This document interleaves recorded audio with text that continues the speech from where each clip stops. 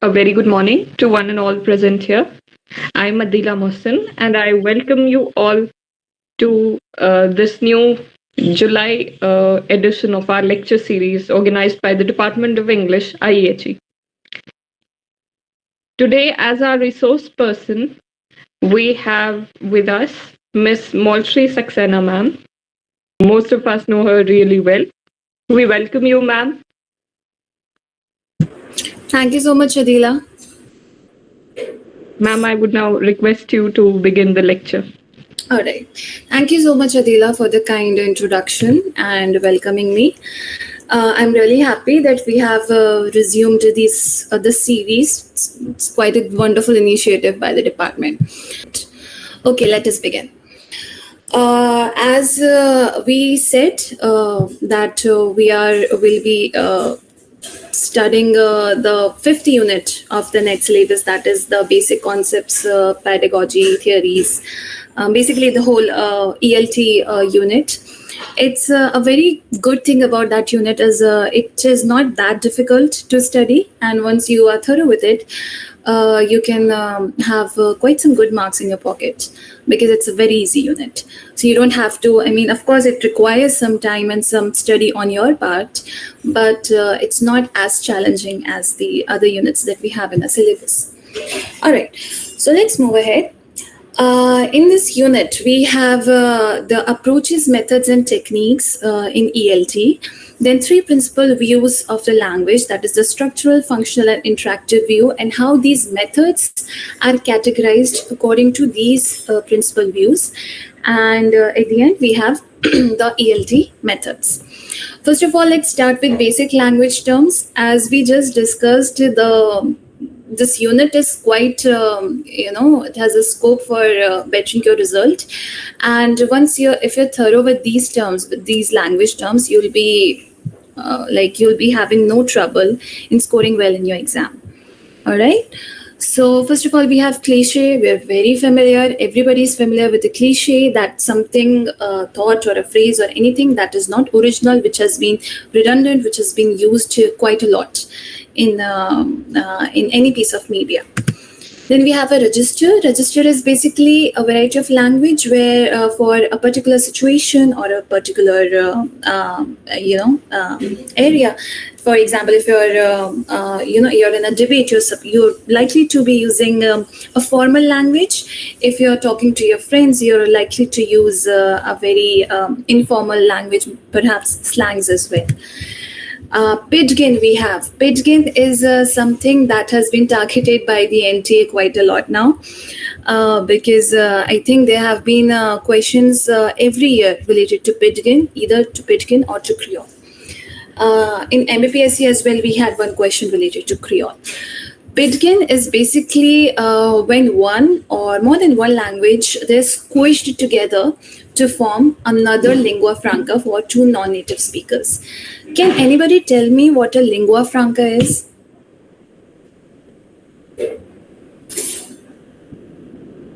Anybody? Any idea what lingua franca might mean? Is it related to language? Hello. Yeah, Shubhna, go ahead. I think maybe it's the language that is used by people for like commerce or communication with people, like maybe like a secondary language. Yeah, you're close there. Like it's like a secondary language.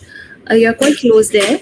Like if Shobna speaks Spanish, and if I speak German, so we are natives of two different language. But if we're supposed to communicate, we'll be communicating in English, perhaps because she knows English as well. I know English as well, and so English becomes our lingua franca. Okay, so it's the bridge language between two native speakers of different languages. Pidgin is basically when a language, it could be one language, it can be more than one language, when that language or languages, they're squished together to form a kind of a speech that can be used between two native speakers of different languages. All right. Creole is a more sophisticated form of Pidgin. It's basically a natural language that is developed from Pidgin, and Creole has its historical traces. It was developed at a fairly precise point in time. Pidgin does not have a defined history. It does not have a dedicated a dedicated history to it. But Creole is a more sophisticated form of Pidgin. A major difference between Creole and Pidgin is that Pidgins have very basic grammar, they have limited vocabulary, and they're reduced to other forms, they're reduced forms of other languages. But Creole has extensive vocabulary, it has its own lingual system, and it is a fully fledged, recognized language on its own. Then we have a dialect. Dialect, again, we're all very much familiar with. Dialect is a language or a form of language that is particular to a particular group, maybe, owing to their geography, owing to their ethnicity, owing to their social group, any of that. What is an idiolect? Idiolect is basically the way that a particular person speaks or uses a language. So you can remember it as an individual dialect. Now, if you talk about lang or long, long is a French word. In French, it's pronounced long. We can say lang as well. Lang is basically an abstract system of language. All right, it has all the conventions that are used for communication in a social group. Parole is the concrete use, how the language is articulated and actually being spoken by individuals. So we can say that lang is basically conventions, and parole is the act of speech. Again, lang and parole are very important concepts because they're often they're often covered in previous year papers. So you can have a look you can have a thorough look at these concepts after the lecture. In lang and parole, lang is the system and parole is the act of speech, as we've just discussed. Now, Sushil said that lang is the rule of sign system, which might be grammar, which might be how, the structure, how a language is supposed to be used. And parole is how it actually is used, the articulation of signs or speech or writing. Parole also consists of all the slangs that are being used in any language. And how is a language formed? With a combination of lang and parole, the sum of which is a language. All right. So there we go. These are the basic language terms that we were supposed to, study and have a basic understanding of. Now we move on to language theories. One thing that is very important to remember is that language theories are not a school on their own.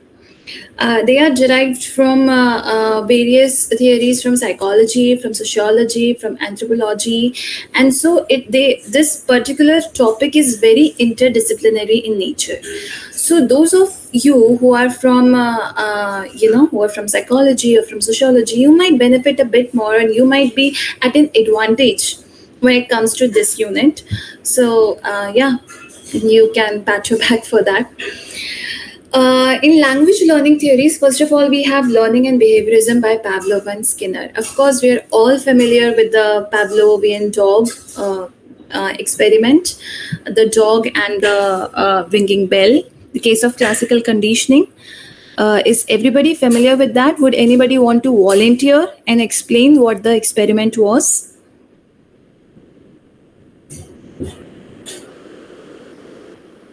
The dog and the bell, the classical conditioning. I'm sure everybody's familiar with that.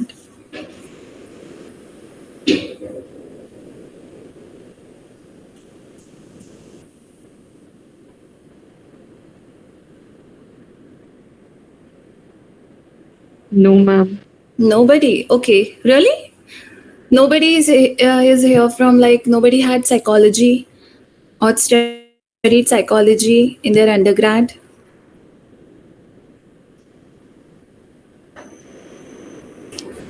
All right. Okay, I don't think so. Okay, don't worry. So this is, you can have, of course, I'll explain this, but you can have a thorough reading of this in your own time. Classical conditioning is a concept by Ivan Pavlov, this wonderful psychologist, who had this experiment wherein he served his dog some food only after ringing a bell. So whenever it was time for the dog's meal, he would ring. There was a bell suspended in his room. He would ring the bell and then serve the dog its food. He did that for a couple of for some days in a row, and after a while he noticed one day he just rang the bell, but he did not serve the food to the dog. But he noticed that the dog started salivating, because the dog in his mind all this while had associated the ringing of the bell with serving of the food. So this was a connect, this was an association that he made in his head. That is classical conditioning. So I mean, I know that we suppose, like, how they say that this particular product is not tested on animals, but this theory was primarily first tested on a dog, and then he had his own experiments in the coming weeks, in the coming months, and you realize that classical conditioning is a very prominent, very prominent learning approach, which is observed in almost every classroom. So classical conditioning focuses heavily on the interaction of the learner with an environmental stimuli. In this experiment with the Pavlov's dog, the environmental stimuli was the bell. All right. Behaviorism. You can have a thorough reading of classical conditioning in your time. Behaviorism is also a part of this learning theory, wherein you have negative and positive reinforcements in order to reinforce positive learning in a learner. Pavlov and Skinner are proponents of this theory. Then we have cognitivism. Cognitivism basically posits how any piece of information, any piece of knowledge is how it is perceived, how it is processed, and how it is stored in the minds of the learners.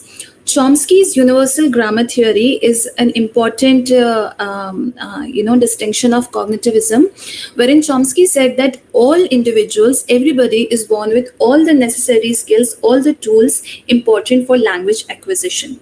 So if you want to learn, we see so many these polyglots who are speaking like 12 and 13 and 15 languages, and we are in awe of these people.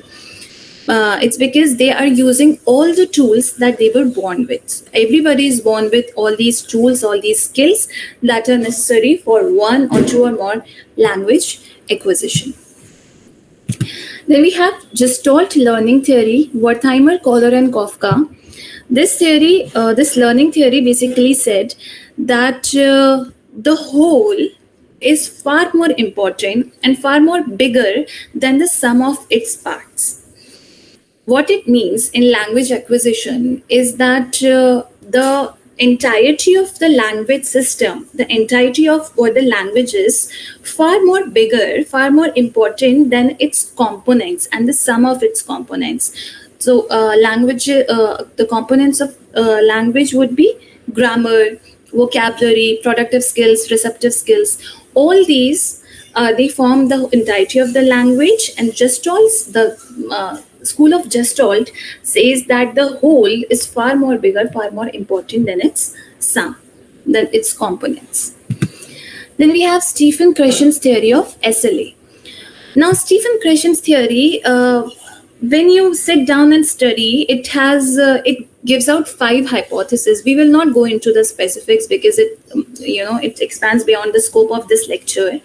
But what Krashen basically said, that the process that is involved in the acquisition of a second language is quite similar to the process that children use while acquiring their native language.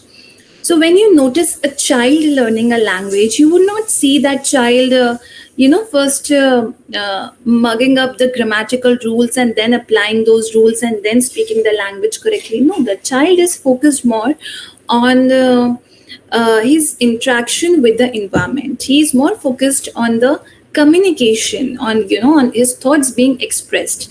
That is the theory that in a nutshell, basically this is a very very watered down version of Kreshren's theory of second language acquisition. Please have a thorough look at it in your own time.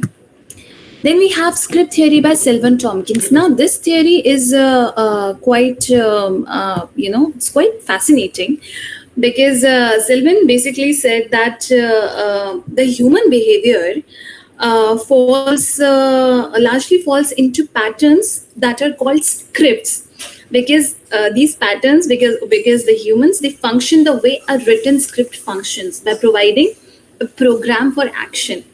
Now, Selwyn Tompkins created this script theory as an expansion of his affect theory, which regarded human beings' emotional response to the environmental stimuli as falling into a category called affects. He noticed that the biological responses of affect may be followed by an awareness in the mind, and by what we, in terms or what we cognitively do in terms of acting on that affect. So this was a pretty, complex psychological theory, psychological learning theory.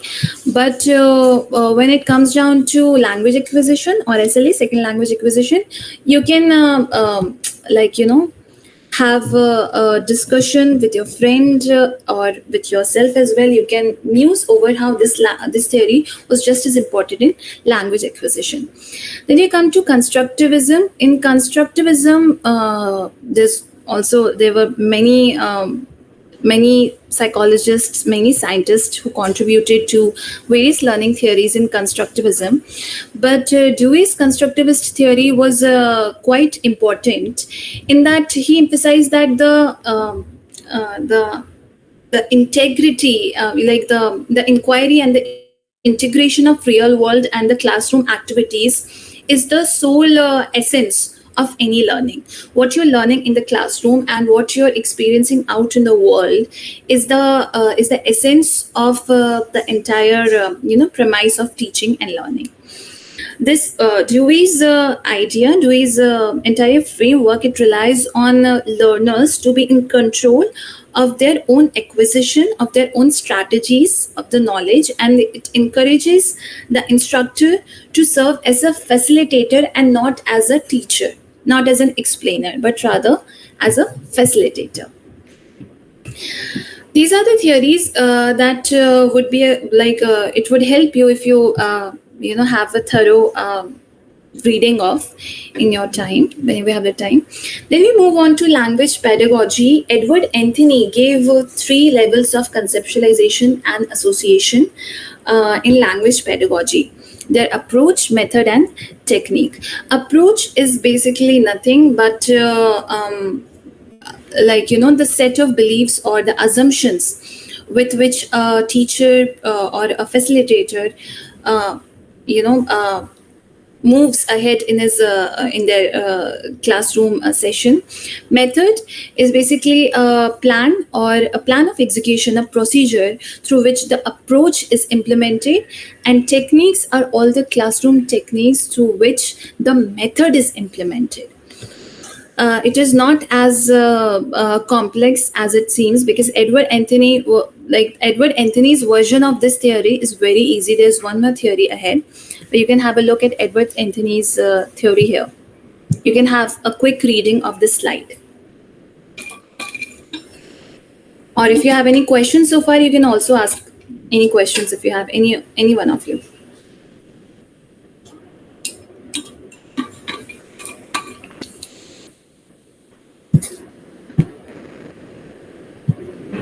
Hi, can you hear me? Yeah, sure. Go ahead. The first theory that you gave us, the learning and behaviorism, the Pavlov one and Skinner one, how does it exactly relate to language learning? Is it like how when a child is, made to do tasks by punishment and reward? Is it something like that? Not in a punishment and reward. That would be a very very I mean, I don't want to use the word bastardization of Right. the theory. Yeah, but it's more like, because it is a learning theory. Right. So we're talking about language learning here as well. Classical conditioning, if you talk about, for example, classical conditioning is heavily based on association, right? Free association. So you can pick any instances. It's not punishment or reward, but it's basically positive or negative reinforcement. For example, if you're delivering a lecture on vocabulary, on adjectives, for example, and if a child or a learner in front of you, let's not focus only on young learners. If the learner in front of you uses the lesson learned so far correctly in their productive stage, in the productive stage of the lesson, that you might want to deliver some words of encouragement to them.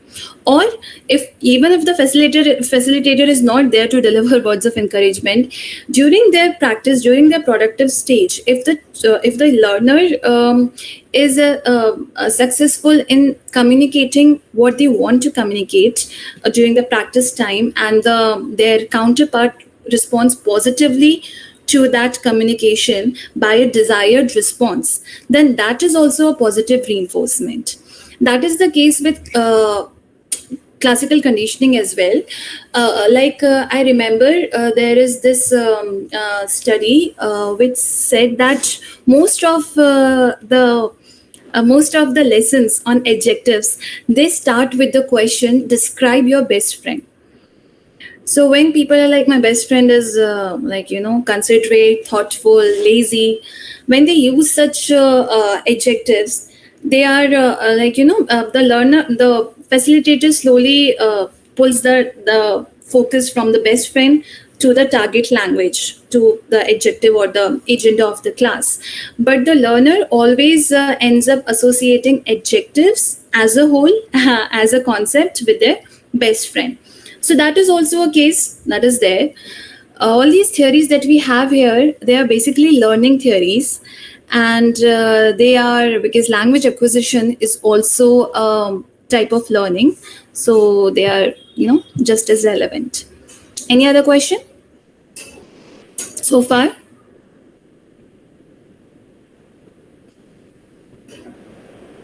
All right, that's good. Thank you, Shobna. All right, so here we were discussing Edward Anthony's hierarchical elements, approach, method, and technique.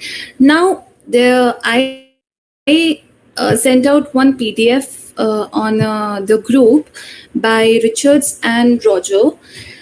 These two psychologists, they also developed this approach, and they expanded on Anthony's framework. They said that this entire approach, this entire pedagogy can be divided in it can be renamed as approach, design, and procedure. Approach is basically the theory, the set of assumptions, the beliefs that we have.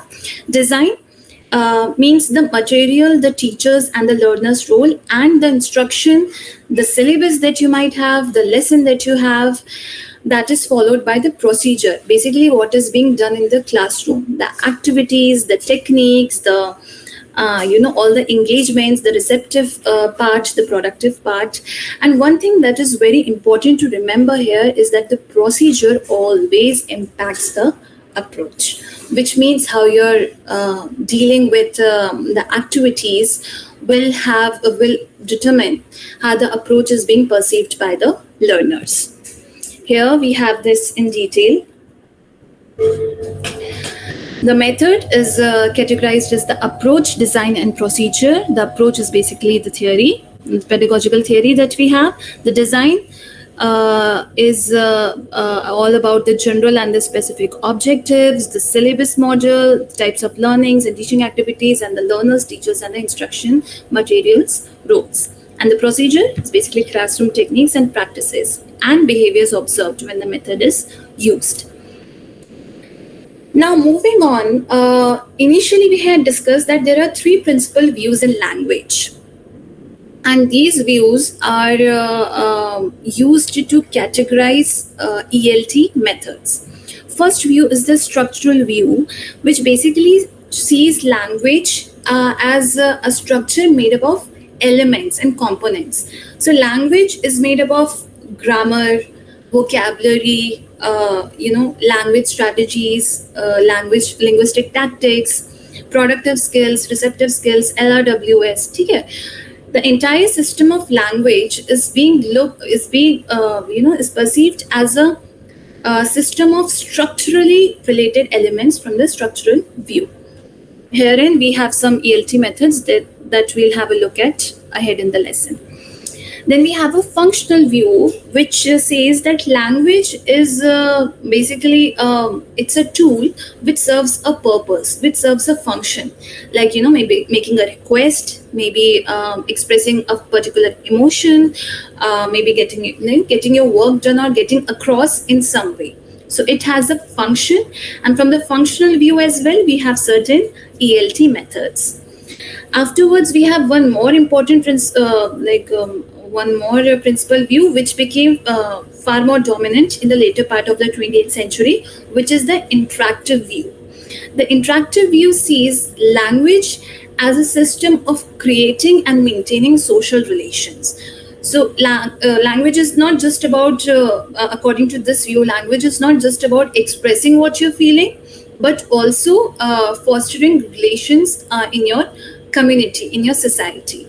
So it takes in, it is it is a more humanistic approach, it is a more humanistic view, wherein it focuses on the patterns of moves, acts, negotiation, interaction, which are there in conversations.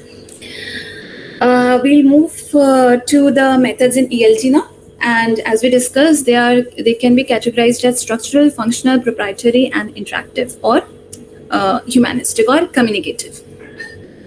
First, let's have a look at the structural methods. One very prominent and one of the most ancient methods is the grammar translation method. It came from from the teachings of Latin and Greek. And it focuses on grammatical rules, list of vocabulary and translation exercises, and it heavily makes use of your mother tongue, of your L1, for the learning of the target language. So there's lots of translation there. There's an emphasis on learning to read and write, vocabulary stored in the form of list of isolated words. One thing that is really important to remember here is that when you're using this grammar translation method, you might be missing out on communicating the need and the importance of context in language. All right, we'll have a deeper discussion of this ahead. Grammar translation method makes use of L1. Then we have another structural method, that is the audiolingual method. Now, this is also called the Army method, and it came to be around Second World War, wherein there is lots of drilling of particular phrases, of particular sentences, and from the drilling of those sentences, you make out the grammatical structure of the target language. And it is based largely on behavior psychology. You identify the grammatical structures and the basic sentence pattern from drilling the sentences. According to this method, these patterns are practiced by systematic attention to pronunciation and intensive oral drilling. Now we move on to functional methods. The first functional method that we have is the oral approach and situational language teaching. I have one question, I have one question to all of you. Have you ever made use of Duolingo, the app Duolingo, for learning any language?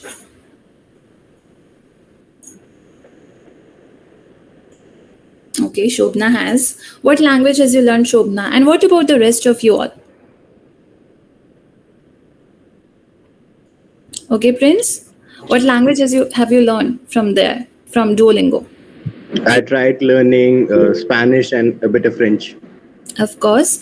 Were you how far along are you in your learning? I left it in the middle somehow, and I'm scared Duolingo bird will come to my house now. The Duolingo bird has become quite a pop sensation, hasn't it? Okay, Shobna tried learning German.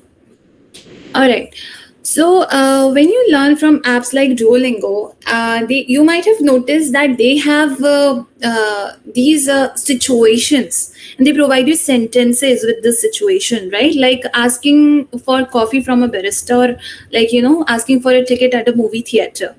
Have you learned these sentences from Duolingo, Shobna and Prince, in German and Spanish respectively? No?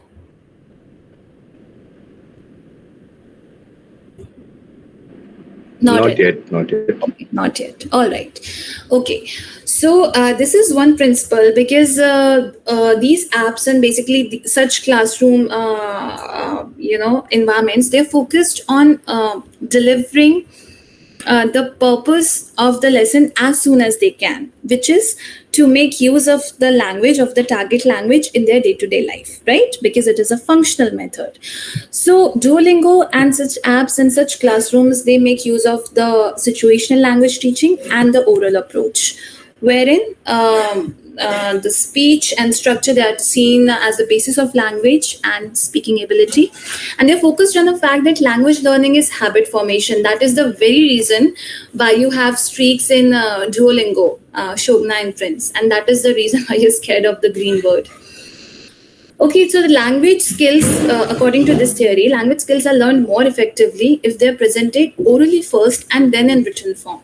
The meaning of the words can be learned only in linguistic and cultural context. Now, context here, what we were talking about in grammar translation method, context is quite important, because even in even when you're even if the target language is presented orally only, because if you don't know in what context a word is used, you might not be able to use that particular phrase or word in your day-to-day language.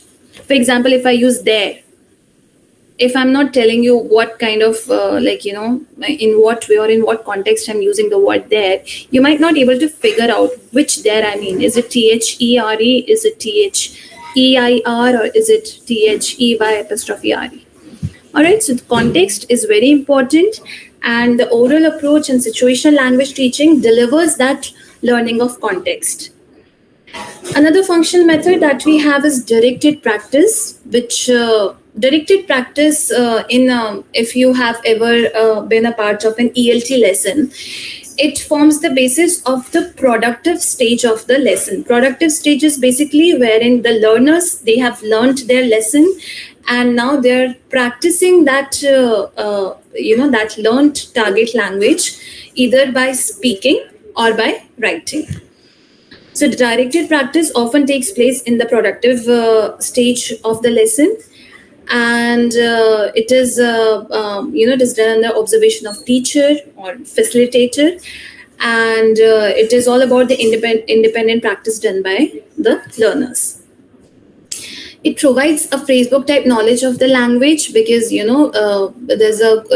is not a lot of gap between learning the language and then practicing it, and within these limits, the accuracy and the precision at the learner's end is very much emphasized, and that is the aim of modern ELT classrooms.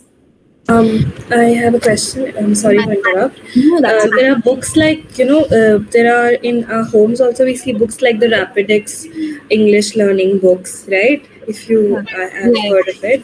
So learning from those by yourself can be an example of directed practice, right? No, unfortunately, no, because the books, they are not an interactive facilitator, right?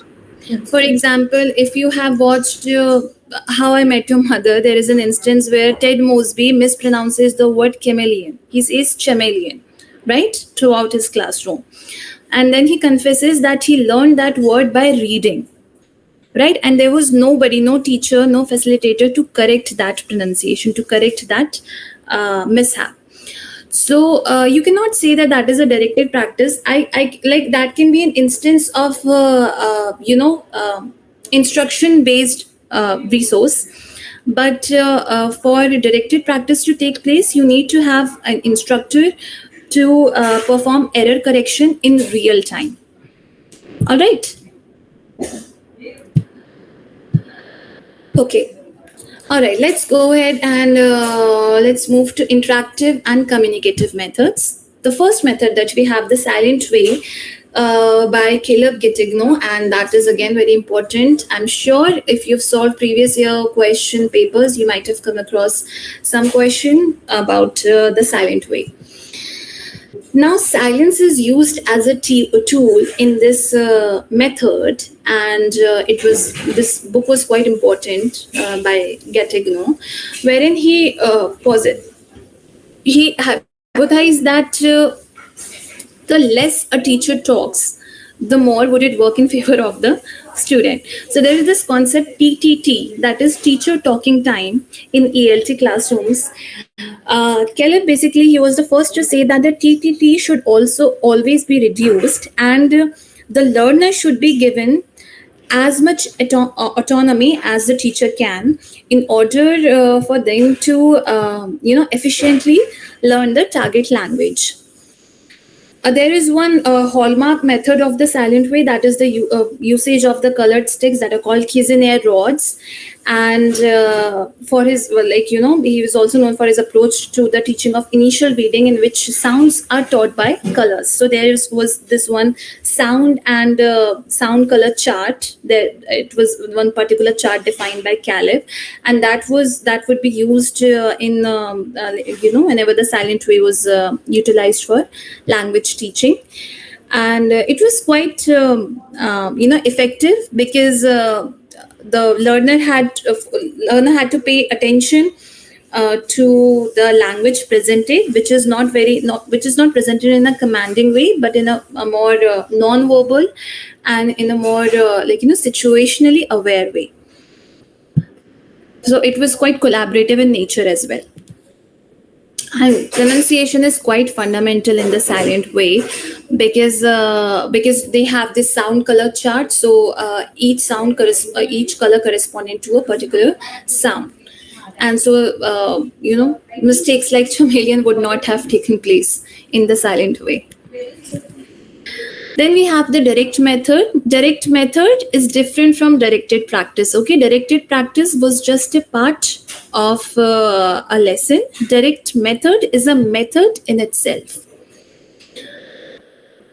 It is focused more or less on Stephen Krashen's theory of second language acquisition, wherein he said that L2 is acquired. The process of acquisition of L2 is the same as when a child acquires L1.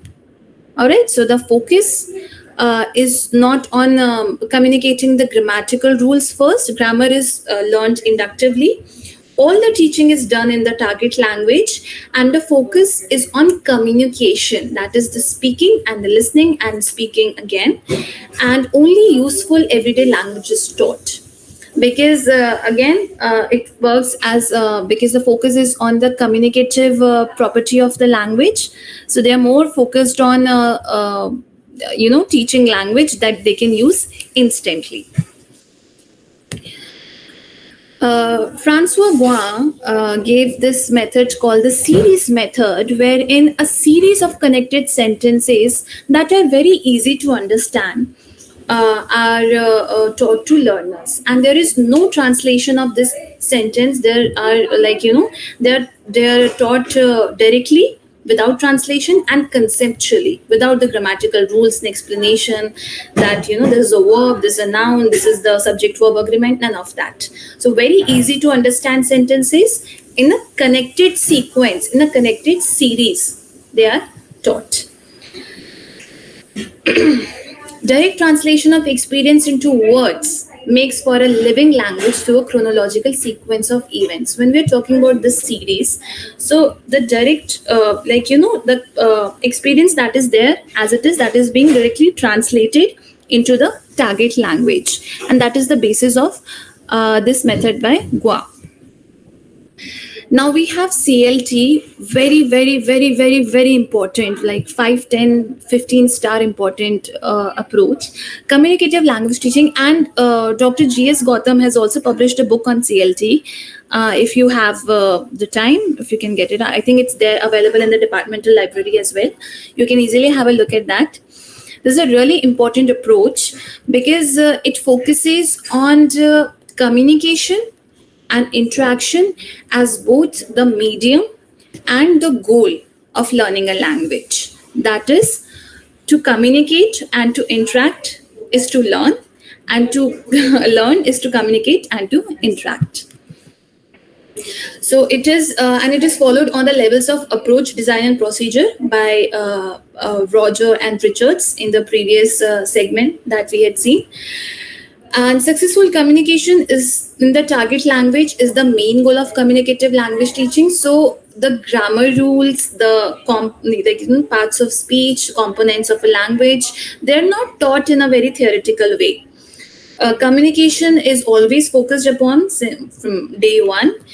And there is this dogma language teaching. Now, dogma language teaching is a recent ELT movement, recent as in it came to be around the beginning of the 21st century, like in the 90s and in the beginning of the 21st century, which basically meant that the teacher should focus more on the learner and how the learner is responding to the lesson, to the presented target language, rather than the resources, rather than the Neeraj, I did not say the name of the book. I just said that a book on CLT has been published by Dr. Gyan Singh Gautam. He was the former HOD of our department. It might be available in the departmental library. It is available on Amazon, but I would urge you to first have a look in the departmental library first. And this approach is very important because so many people from from abroad, from India, have written have contributed to this theory substantially. So we were talking about dogma language teaching. The focus is not on the focus is not on the resource material, on the instruction material, but more on the learner and how the learner is responding to the target language and the lesson that is provided. Another interesting communicative method is task-based language teaching. Now, this is something that you must be aware of because you might have, if you're working as a teacher in a school especially, you might have done this with young learners. All right. It is an approach where, students are given the opportunity to actively engage in communication through various tasks. So the medium here is collaboration and the end goal is communication. Children or learners, they basically work with in a group or with in pairs, and they work towards a task, and during that task they learn to develop their own linguistic strategies, their own way of language, basically their own idiolect. They are free to use whatever vocabulary and grammar they know. They are not confined by any concept, they are not confined by any segment. And they are exposed to a whole new range of lexical phrases, collocation and patterns, as well as language forms. TBLT is very, it comes in very handy whenever you feel like your lesson is growing very monotonous and you want the learners to be ahead or fast in their learning process, language acquisition process. Now we have TPR. This really cool psychologist, James Ashner, gave this total physical response theory. And this method was actually used with young learners, wherein we have this strong association of action and vocabulary. TPR basically, it means teaching language or vocabulary or the target language by using physical movement to react to a verbal input. Basically, following a verbal command in action. So the learners are able to establish the connect between the language and what is being what is being told to them and what they're supposed to do, between speech and action. There's the coordination there. For example, if the parent says shut the door, the child gets up and shuts the door, then the child knows that shutting the door means shutting the door. All right. So the coordination of speech and action is heavily focused upon here, and TPR is something which you might have, like people who are working with young learners, you might have also used in your language lessons. Now, one very important, not so important, but another interesting method is teaching proficiency through reading and storytelling. Now, this was developed in the 90s by Blaine Ray. And this is it's pretty self-explanatory because it is basically teaching the language, teaching proficiency and precision through engaging their other faculties. So it is this theory is part of the comprehension approach to language teaching, and it incorporates narrative and descriptive component in order to bring the focus on the structure and the modus operandi of the target language. The stories, they might contain vocabulary and grammar introduced with physical gestures or body movements developed and then dramatized in the classroom. Now, you might think that this theory is also, this method is also only used with young learners, but that is not the case. I'm sure that you might have come across such prompts in your academic journey. Like, imagine you're a lion in a jungle and you've just figured out that you're the king of the jungle. Now, how would you react, or how would you talk to your fellow animals now? So, if you're engaging with such a prompt as a learner, you're not only activating. You're not only activating that particular range of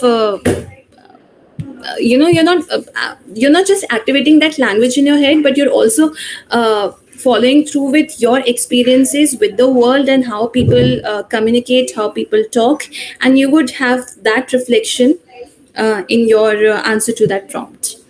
So this is not focused on just young learners, this particular method. Now we have some humanism based methods as well. CLL, community language learning. Again, it's more about how it's more about collaborative works, how learners work together to develop what aspect of language they would like to learn. Maybe some people are very good with pronunciation, but not so much with their construction of the language, construction of sentence. So they might want to have a focus on that. So they come together to decide the purpose of their respective language lessons, and so this is much more collaborative and very endearing at that. Just based on the counseling approach, where the teacher acts as a counselor, as a paraphraser, and not as an explainer of the topic, while the learner is a collaborator. There's learners are encouraged to interact as much as they can, because interaction becomes the medium, interaction becomes the tool for meaningful conversation in order to develop that particular aspect of the language, of the target language.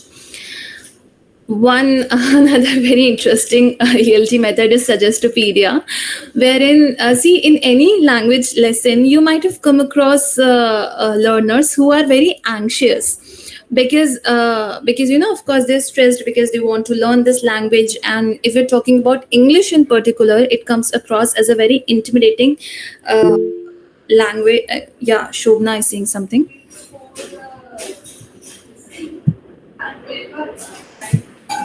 Right. Sorry, that was a mistake. I have questions, but I'll ask at the end. I'm sorry. No, that's okay. You can go ahead. It's better if we discuss them along the way. No, but we are. It was from a previous method, so I'll ask later. That's okay. You can go ahead. Right. So just give me a second. You were teaching us this not audio language. Just give me 1 second. That's okay. Right. So in the direct method, do you remember in the interactive communicative methods, the second one, you had said there's something called there you had said that grammar is taught inductively. So I just didn't understand that phrase.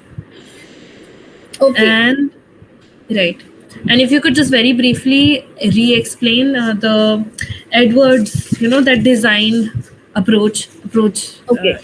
But later, you can do that later. Right. that we'll have at the end of the lesson. But let me tell you what I meant by grammar is taught inductively is that in direct method, the learners are not told that the grammar of the language is as such that you have subject verb agreement in the sentence, and then you have a subject, and then you have a noun, and then you have a verb, and all these are squished together to make a sentence. Language is not taught this way in the direct method. They are they are just communicating in the target language, and from the learner understands the grammar from their interaction with the language, right? So they are not taught grammar explicitly.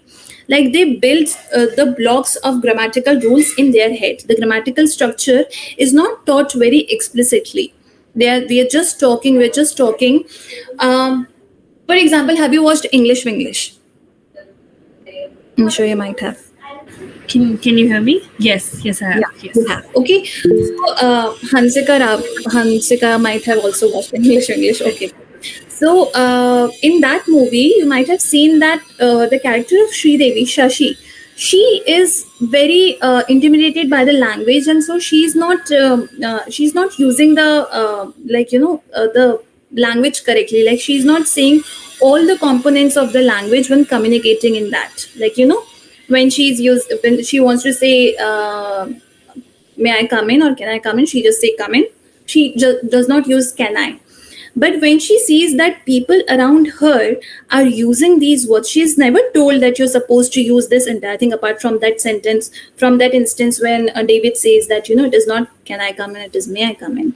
Apart from that, she is not told these rules explicitly, but she learns to use the sentences fully after hearing her peers talk, after hearing her instructor talk around her.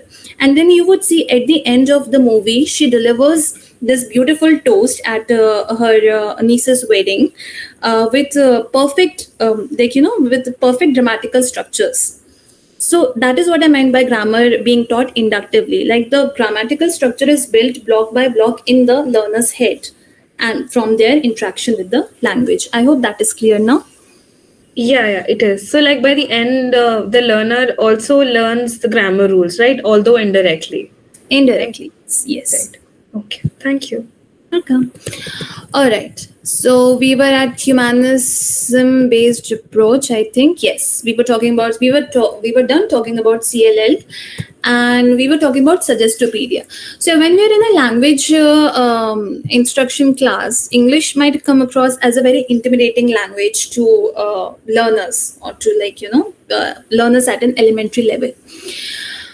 This Bulgarian psychotherapist said that why we can do one thing, we can have music playing in the background while the learners are engaged in their lesson. So he did just that, and he realized that the learners could acquire the material effortlessly. The language acquisition was not so intimidating anymore. So it is basically the Suggestopedia is basically the study of these suggestive factors in a learning situation. Like he made use of music, he made use of classical music at that, in order to lower the stress level, the anxiety levels, and for them to make association of language acquisition with a more peaceful environment. So like his focus was not on the material, on the instruction material, but on the environmental factors that are there in any language acquisition approach. There are two proprietary methods as well. That is the Pimsleur method, which is basically he just gave this this idea or this blueprint of what a 30-minute language lesson should look like, with a dialogue, with the revision part, and new material. And then we also have the Mitchell Thomas method, which was the focus was basically on constructing long sentences with correct grammar in order to boost the learner's confidence. There was no listening practice in this, no reading, and no writing as well. So it was just more about speaking. Listening, like there was no listening practice, but they would listen, collaborate with each other, and then they would try to elicit difficult, tough, long sentences as much as they can. Now we are done with our ELT methods. We are done with this unit so far. I do have some tips for you to ace this unit well. I'm sorry for the background noise. One very important tip is that you should please have a look at all the PYQs. They are so important. You have to solve them as much as you can. As much as you can. Have a look at all the papers from, even when the syllabus did not have this unit, because you'll have a fairer idea of how, things changed with the passage of time, and how people at NTA are viewing this unit now, how they're perceiving this unit now.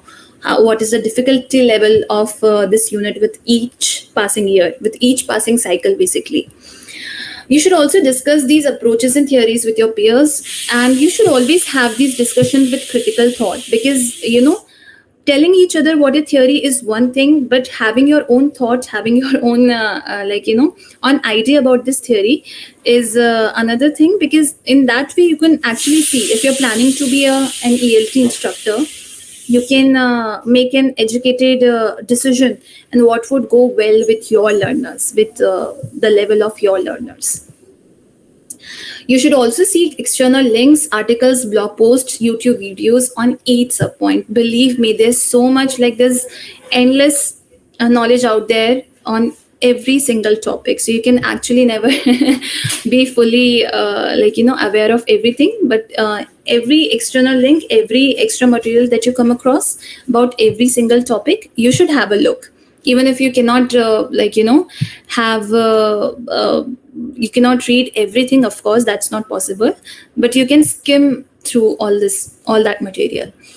Also, since this unit has topics that is quite interdisciplinary in nature, so please seek lectures by interdisciplinary experts. As I said in the beginning of this, this session, that when we were talking about learning theories, Shobna also posed a question that how is a learning theory related to language theory? So you see, all of this is very interdisciplinary in nature. We are from language and literature background, but this can better be explained by somebody who comes from psychology or who comes from sociology. So you can listen to the lectures by these people as well. And the more you try to explore, the more you explore interdisciplinary experts, the better would it be for you, the better results would it yield, because they are the experts in their field. So they'll be giving you stuff that we might only be the surface of which we might only be scratching through. And very important point is, please consider all of this, a practice in being an educator rather than just aiming to crack NET, because believe me, you'll crack NET and you'll move past this. But if you're planning to be, even if you're planning to be a professor, you might always find this very useful in your academic journey. Even if you want to switch your career, somewhere at any point, this knowledge, the entire thing that this unit has to offer will always come in handy. So please always consider this as a practice in being an educator. Now, before I end, we'll have a quick discussion on the Edward Anthony model that Shobna wanted to talk about. Shobna, Edward Anthony said that in any language class, like particularly ELT, but in any language class, you will have three components to it, three levels to it. Okay, first of all, you will have an approach, that is basically beliefs, principles, and assumptions that deal with the nature of the language, learning, and teaching. Basically, what you want to teach, the what of it. Okay. Then on the second level, you'll have the method. The method is basically how you're going to deliver that approach. Okay. Method is basically a plan, a blueprint, a plan of action, basically, that I want to do this. I want to deliver this approach with this method. So approach was what, method is how. Then we have techniques. Techniques are basically specific activities that are helpful in implementing that method. So approach was what, method is how, techniques is with what. All right, this is pretty clear. Richards and Roger also added to that, and they said that they relabeled these levels, and they said the approach is approach, of course, the theory and what is to be taught, the assumption that is there. Then comes the second level is design. Design is basically the material, the syllabus, the books, the tools, the learner, the role, everybody, like everything related to the logistics of it. And then we have the third level, that is the procedure. Again, procedure is simply what is happening in the classroom. What is happening in the classroom with the design that we have in order to approach that we want to deliver. Is it clear now? Yes, it is. Can we also just very quickly talk about script theory? You spoke of it, and I know that we didn't speak of it in detail, and I'll look it up by myself as well. But yeah, because if I can just share, one day me and my friend were talking, and just a few days back, and we were like, every conversation we have with anybody is always the same. In a like the way we speak, a lot of the conversations are very like aisa lagta hai ki they're already written, and we're just like everybody is just performing that. So I'm quite curious about it, and like, is it related to that, because you spoke of patterns and stuff? So if you can just Yes, basically, yes. So you and Sylvan Tompkins are not so different. Basically, Sylvan Tompkins was the one who gave the theory, and that's what he said, that all the human behavior, largely, I'm not saying the entirety of it, but most of it falls into patterns that are quite predictable. Predictable is not in the sense that you can see what the other person is going to do next, no, but just the behavior, how a person, for example, how a person deals with grief is like it may be unique to every person, but there are certain patterns that people deal with grief in their respective ways. That is the reason, when you Google anything like how to deal with sadness, if you Google that, you will have a WikiHow article telling you how exactly to deal with sadness, because people have dealt with sadness in these particular ways before. So these are the patterns. Sylvan said that in script theory was an expansion of affect theory. So if you want to learn about script theory, I'll urge you to have a look at the affect theory first. He basically said that the human behavior follows along like a written script. And so dealing with the behavior, dealing with environmental stimuli becomes a bit easier. It becomes a bit less daunting, a bit less intimidating, because things like this have happened before. So you have a historical context, you have a point of reference in history in the past. That is basically it. I mean, so that helps you in language acquisition as well, because if you're talking about developing any resource material, any instruction material, you know that what has worked with your learners before. So you can use that to, in your future language acquisition classes.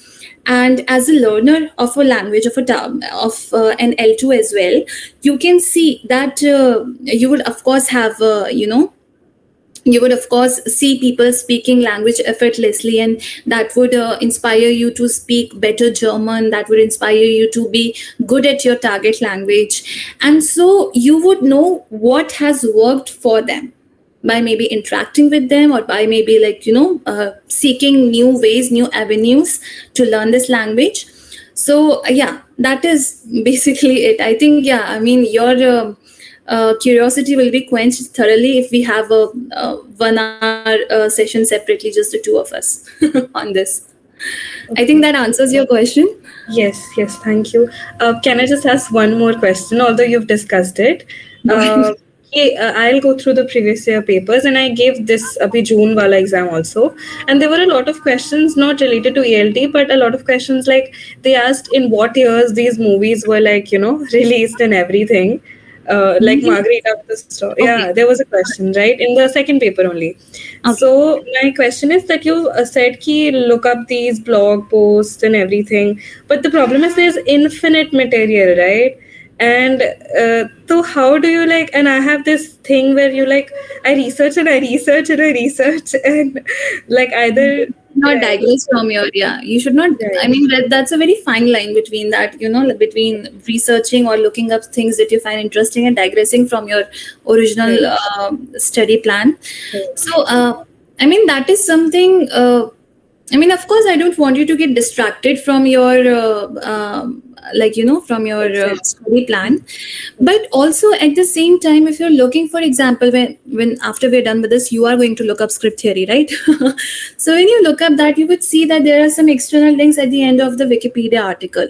Now, I'm not asking you to go through everything and read just of that. You can just maybe allot yourself the next 3 minutes into reading this, next 7 minutes into, don't allot yourself 5 or 10 minutes, because when 5 becomes 10, we don't realize. So always use these odd sounding minutes, like 3 minutes, 7 minutes, 9 minutes. Always use this, because then you would be so sure of yourself ki 7 minutes are up, so maybe I might expand this to 10 minutes, but not beyond that.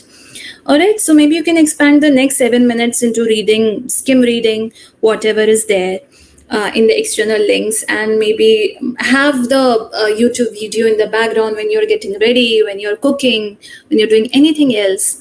Maybe you can do stuff like that. But of course, please do not digress from your original study plan, because that can actually work against you.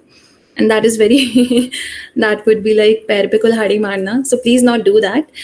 But yes, at the same time, the net syllabus it's a vast ocean. It's endless. One thing that helps quite a lot is being very present with your intention of learning this stuff, whatever is there in the syllabus.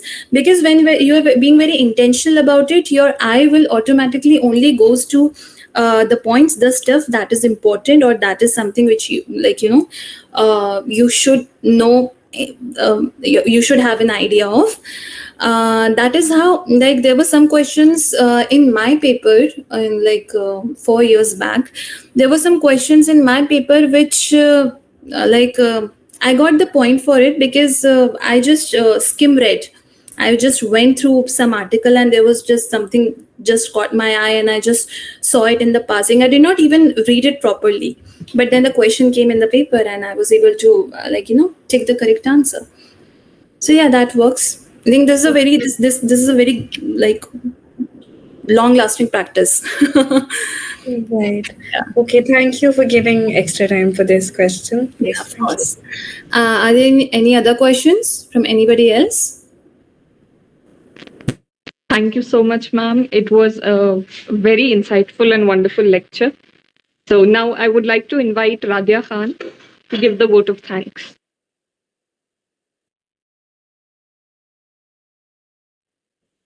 Okay, so am I audible? Yes. Okay, ma'am. So thank you so much, Molshri ma'am, for today's lecture. It was surely an insightful and enriching one. And the way you explained all the basic concepts and different theories has really helped us to understand things better.